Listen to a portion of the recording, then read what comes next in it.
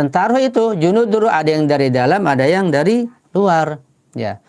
Tentara dari dalam adalah akal kita. Tentara ruh dari luar adalah ilmu pengetahuan, amal ibadah, iman, keikhlasan, kemudian imamah, wilayah. Itu adalah tentara ruh yang dari luar. Yang dari dalam adalah akal kita. Sehingga akal kita ini punya peranan penting ya untuk membawa ruh kita kepada kebahagiaan dunia dan akhirat, bahkan kepada surga. Jadi akal kita dengan bimbingan syariat ini punya peran penting untuk mengajak, membawa dan mengantarkan diri kita, ruh kita, jiwa kita kepada kehidupan yang membahagiakan, yang abadi di surga. Bahkan dunia dan akhirat itu peranan akal yang luar biasa. Ya, karena itu akal merupakan makhluk yang lebih tinggi atau tertinggi dibanding dengan tadi itu kekuatan ghadab, ya, angkara murka, kekuatan syahwat dan kekuatan wahmi atau syaitani atau khayal. Nah, akal ini sebagai pemimpinnya.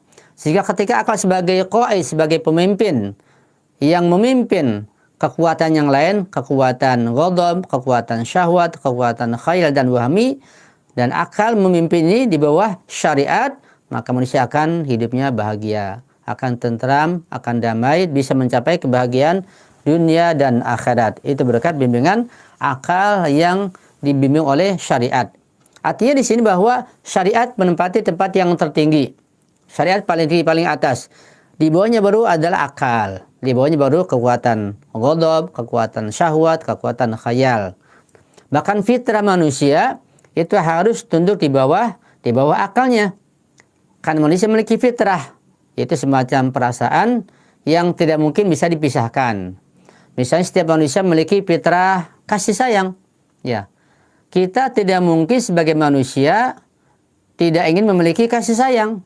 Pasti setiap manusia memiliki kasih sayang, ingin menyayangi dan ingin disayangi. Itu sudah fitrah, nggak bisa dihindari. Jadi fitrah itu seperti garam dengan asinnya. Kita tidak mungkin memisahkan antara asin dengan garamnya. Tidak mungkin. Ini garam, ini asinnya. Atau gula dengan manisnya. Ini gula, ini manisnya. Tidak terpisah. Begitulah fitrah ya dengan manusia. Dengan ruh nggak bisa dipisahkan. Ya pasti ruh manusia memiliki fitrah. Fitrah ingin memuji, fitrah ingin dipuji, fitrah ingin menyayangi, fitrah ingin disayangi, fitrah ingin menuntut keadilan, ingin adil, fitrah ingin sejahtera, fitrah benci kepada kezaliman, benci kepada kemungkaran dan lain sebagainya. Ini fitrah dari Allah Subhanahu wa taala. Karena itu terkadang manusia ketika menghadapi sesuatu, fitrahnya lebih dulu yang keluar, yang menonjol. Ketika seseorang misalnya menghadapi katakanlah seorang pengemis yang dia kelihatan kurus, tua, compang-camping dengan pakaian yang sudah sobek, kita merasa kasihan.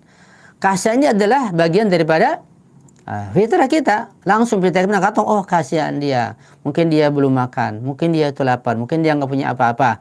Kita ada keinginan untuk membagi ketika kita punya, itu fitrah. Jadi keinginan membagi pun itu fitrah. Kalau kita punya kita nggak membagi, kita berarti rusak fitrah kita. Nah, cuma nanti ketika ingin membagi, akal kita bertanya. Apa kata akal? Lihat dulu apakah dia dusta atau tidak, pura-pura atau tidak. Karena banyak pengemis ternyata dia lebih kaya di rumahnya. Misalnya pengemis di Arab Saudi, ya ini orang yang pergi haji akan tahu betapa banyak pengemis di Masjidil Haram ternyata itu dikelola oleh ya orang-orang tertentu yang didatangkan dari Afrika. Mereka mengemis, ada yang tangannya putus, ya, yang matanya sebelah, yang macam-macam. Ternyata bukan berbahasa Arab. Mereka didatangkan dengan pesawat dari Afrika untuk mengemis, ya. Mereka bagi hasil nantinya. Dan juga saya lihat ada pengemis yang memiliki mobil mewah.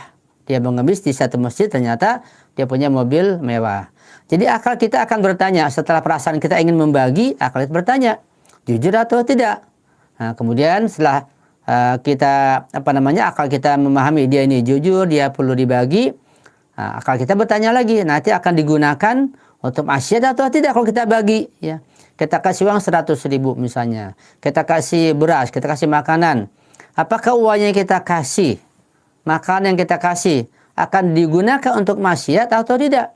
Kalau yakin pengemis adalah ahli fusuk, ya, dan dia ahli maksiat, dan kita tahu betul, yakin, kita tidak boleh membaginya berupa uang, berupa makanan, ya, karena akan digunakan untuk maksiat. Kecuali kalau memang kelaparan untuk makanan, jelas boleh. Tapi kalau uang yang kita kasih ternyata pasti akan digunakan untuk maksiat, ya, untuk kemunkaran, untuk kejahatan misalnya, maka nanti dari syariat mengatakan jangan diberi. Sekalipun perasaan atau fitrah mengatakan berilah, tanya akal dulu. Akal mengatakan telitilah, tanya syariat. Jadi syariat yang paling tinggi, lah syariat baru akal baru fitrah, dan baru kekuatan-kekuatan yang lain. Wa ma utitum minal ilmi illa qalila. Tentang ruh, seberapapun ilmu yang kalian miliki tentang ruh, ketahuilah wa ma utitum minal ilmi illa qalila.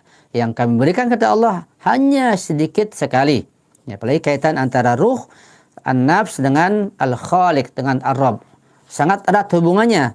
Karena itu bahasanya sangat penting, karena erat hubungannya antara pembahasan an-nafs dengan mengenal ar-rabb. Man arafa nafsahu faqad arafa rabbahu. Yang mana hadis-hadis seperti ini banyak sekali kita jumpai di kitab-kitab hadis-hadis Ahlul Bait. Di antara di kitab Mizanul Hikmah atau Muntakhabnya. Juga di kitab yang lain kita akan bahas insyaallah.